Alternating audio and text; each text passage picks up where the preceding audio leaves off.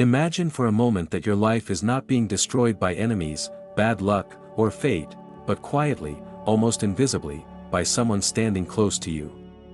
Buddhism teaches that suffering rarely arrives with noise. It arrives softly. It appears as concern, friendship, advice, affection, or even protection. The danger is not always obvious. According to Buddhist teachings, the people who influence our minds shape our destiny. The Buddha repeatedly emphasized the importance of association because every thought, emotion, and habit grows through conditions. If conditions are unhealthy, suffering expands. If conditions are wise, liberation becomes possible. And sometimes the greatest obstacle in your life is not the person openly opposing you, but the person secretly weakening your mind while pretending to support you. The Buddha once taught that your companions can become the architects of your future. This does not mean becoming suspicious of everyone or isolating yourself. Buddhism is not a philosophy of distrust. It is a philosophy of seeing clearly.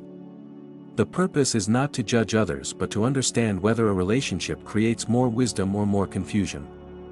Today, we explore 5 signs that someone may secretly be destroying your life, and why Buddha's teachings remain painfully relevant even thousands of years later.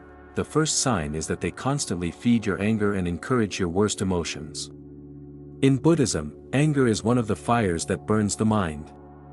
A wise friend helps cool your anger. A destructive person feeds it. Think about someone who always reminds you of old insults, encourages revenge, amplifies your resentment, or tells you to never forgive. At first it feels like loyalty. They appear to support you. But slowly you become trapped inside emotional poison. Every conversation becomes about who wronged you, who betrayed you, and why you should stay upset. Buddha taught that holding hatred is like carrying burning coals while expecting someone else to be burned. Yet there are people who secretly enjoy keeping others emotionally trapped. Why? Because angry people become dependent. An angry mind loses clarity.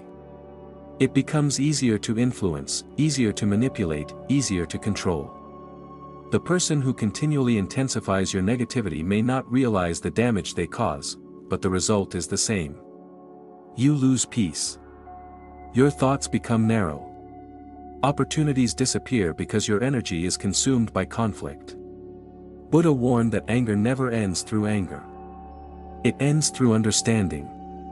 Ask yourself, after spending time with this person, do I feel calmer and wiser, or more bitter and reactive? The answer reveals more than words. The second sign is subtle but extremely dangerous. They make you doubt yourself while appearing helpful. Buddhism places enormous importance on direct experience. Buddha encouraged people not to blindly believe authority but to observe reality for themselves. Someone who quietly destroys your life often interrupts this process. They disguise control as concern. They say things like, "You're not ready. You'll fail. That's unrealistic. People like us don't succeed." They rarely attack directly because direct attacks are obvious. Instead, they weaken confidence gradually until your own mind begins repeating their voice. Over time, you stop trusting your decisions. You hesitate. You seek permission for everything. Eventually, your life becomes smaller, not because of reality, but because someone planted invisible limits inside your thinking. Buddhism teaches that the mind creates worlds. If someone controls your mind, they influence your world. This does not mean ignoring advice. Wise criticism is valuable. But there is a difference between guidance and discouragement. Guidance gives clarity. Discouragement removes courage. Buddha repeatedly pointed people back toward awareness because freedom begins when your perception is no longer controlled by fear. The third sign is that they distract you from what truly matters. According to Buddhism, human life is precious because it offers a rare opportunity for awakening. Yet many people lose their entire lives in distraction. There are relationships built not on growth but on endless escape. Endless gossip.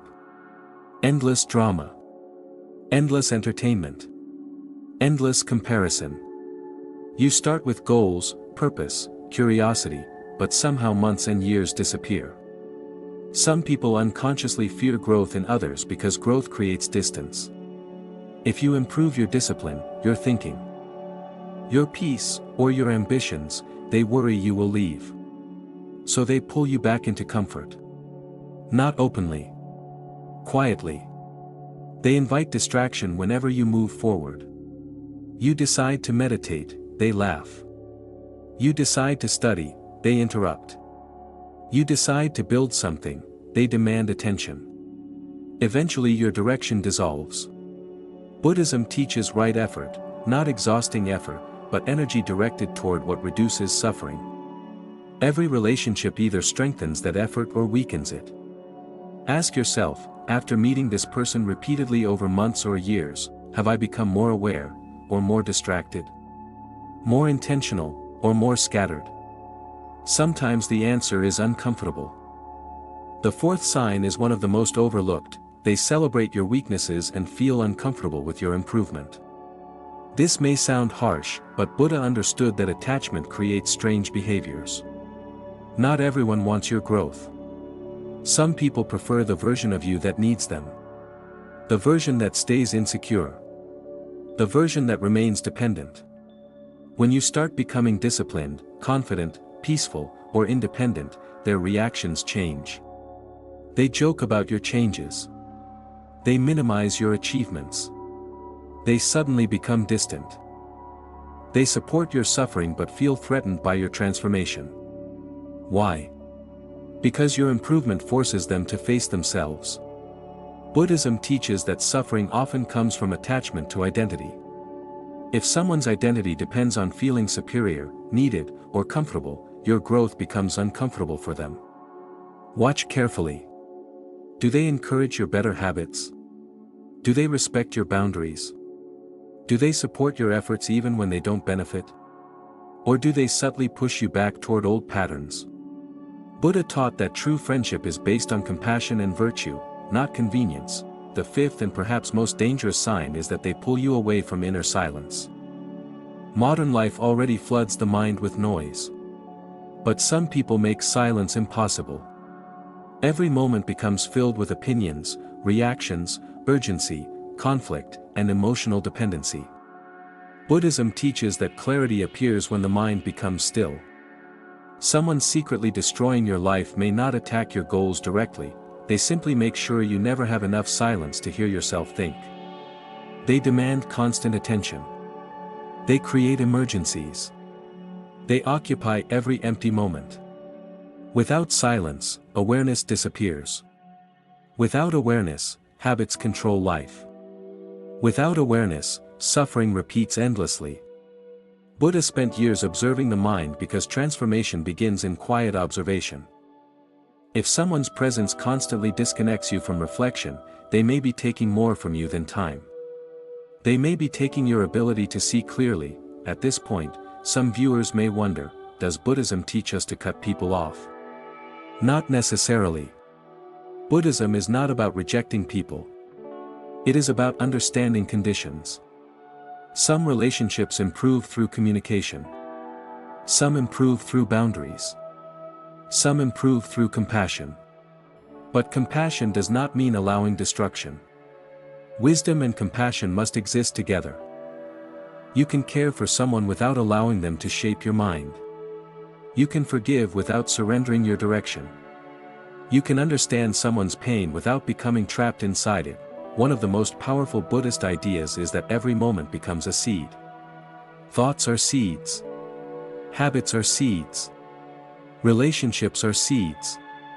If someone repeatedly plants confusion, anger, fear, distraction, and dependence into your life, eventually those seeds grow into suffering. But if you begin choosing relationships that encourage awareness, honesty, discipline, calm, and compassion, different seeds begin to grow. So before ending this video, ask yourself 5 questions. Who makes me more angry? Who makes me doubt myself? Who distracts me from what matters? Who resists my growth? Who pulls me away from inner silence? Do not answer quickly. Observe carefully.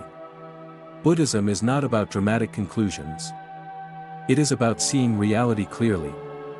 Once you truly see something, change becomes natural. The Buddha's message was never to fear people. It was to understand influence. Your environment shapes your mind. Your mind shapes your actions. Your actions shape your future. And sometimes protecting your peace is not selfish, it is wisdom. If this message made you think differently, write in the comments, I choose clarity. And remember, according to Buddhism, the person you spend time with most is ultimately yourself. Choose that relationship wisely.